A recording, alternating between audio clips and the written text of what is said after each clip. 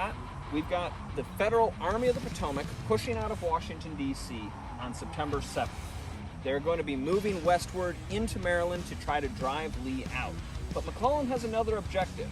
As you'd mentioned, he is moving out on all the major road arteries, and he's doing that so that he can keep Washington and Baltimore protected as well, cover all those approaches to the national capital and Baltimore.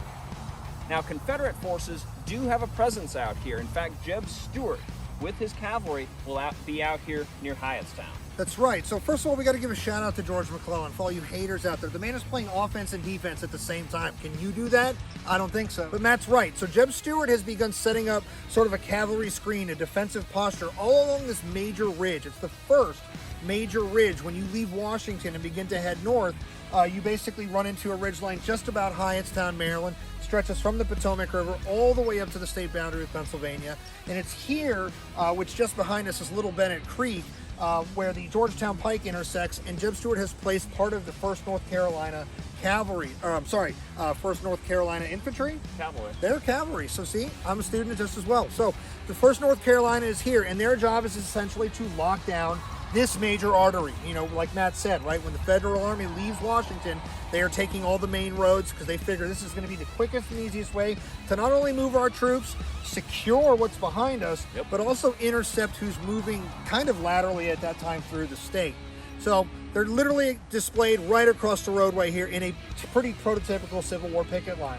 And that's about the end of September 7th, things like that. It's only a day later when I'd say the first sort of advanced party is maybe a cavalry or a scouting party.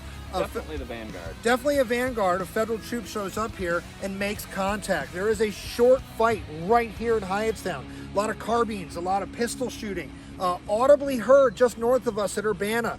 Runners from the Confederate cavalry that are here are heading north to go find the command and let them know that it's on like Donkey Kong. We have made contact with the enemy right here at Hyattstown. So just behind us would have been a brief fight, but a very powerful one, and one that repeats itself a day later on September 9th, because the Union guys that attack here, I believe, were the 1st New York.